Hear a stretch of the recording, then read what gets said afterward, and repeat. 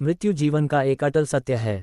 एक राधेश्याम नामक युवक था। स्वभाव का बड़ा ही शांत एवं सुविचारों वाला व्यक्ति था। उसका छोटा सा परिवार था जिसमें उसके माता पिता, पत्नी एवं 2 बच्चे थे। सभी से वो बेहद प्यार करता था। इसके अलावा वो कृष्ण भक्त था और सभी पर दया भाव रखता था। जरूरतमंद की सेवा करता था, किसी को डाक नहीं देता था। उसके इन्हीं गुणों के कारण श्री कृष्ण उससे बहुत प्रसन्न थे और सदैव उसके साथ रहते थे। और राधेश्याम अपने कृष्ण को देख भी सकता था और बातें भी करता था। इसके बावजूद उसने कभी ईश्वर से कुछ नहीं मांगा। वह बहुत खुश रहता था क्योंकि ईश्वर हमेशा उसके साथ रहते थे, उसे मार्गदर्शन देते थे। राधेश्याम भी कृष्ण को अपने मित्र की तरह ही पुकारता था और उनसे अपने विचारों को बांटता था। एक दिन राधेश्याम के पिता की तबीयत अचानक खराब हो गई। उन्हें अस्पताल में भर्ती किया गया। उसने सभी डॉक्टर्स के हाथ जोड़े, अपने पिता को बचाने की मिन्नतें की, लेकिन सभी ने उससे कहा कि वो ज्यादा उम्मीद नहीं दे सकते और सभी ने उसे भगवान पर भरोसा रखने को कहा। तभी राधेश्याम को कृष्ण का ख्याल आया और उसने अपने कृष्ण को पुकारा। कृष्ण दौड़े चले आए। राधेश्याम ने कहा, मित्र, तुम तो भगवान हो, मेरे पिता को बचा लो। कृष्ण ने कहा, मित्र, ये मेरे हाथों में नहीं है, अगर मृत्यु का समय होगा तो होना तय है। इस पर राधेश्याम नाराज हो गया और कृष्ण से लड़ने लगा।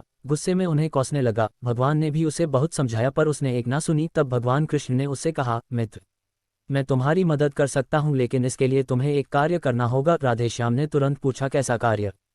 कृष्ण ने कहा, तुम्हें किसी एक घर से मुट्ठी भर ज्वार लानी होगी और ध्यान रखना होगा कि उस परिवार में कभी किसी की मृत्यु न हुई हो। राधेश्याम झट से हाँ बोलकर तलाश में निकल गया। उसने कई दरवाजे खटखटाए। हर घर में ज्वार तो होती, लेकिन ऐसा कोई नहीं होता जिनके परिवार में किसी की मृत्यु ना हुई हो। किसी का पिता, किसी का दादा, किसी का भाई, माँ, काकी या बहन। 2 दिन तक भटकने के बाद भी राधेश्याम को ऐसा एक भी घर नहीं मिला। तब उसे इस बात का एहसास हुआ कि मृत्यु एक अटल सत्य है। इसका सामना सभी को करना होता है, इससे कोई नहीं भाग सकता। और वो अपने व्यवहार के लिए कृष्ण से क्षमा मांगता है और निर्णय लेता है जब तक उसके पिता जीवित हैं उनकी सेवा करेगा। थोड़े दिनों बाद राधेश्याम के पिता स्वर्ग से धार जाते हैं। उसे डैक तो होता है, लेकिन ईश्वर की दी उस सीख के कारण उसका मन शांत रहता है।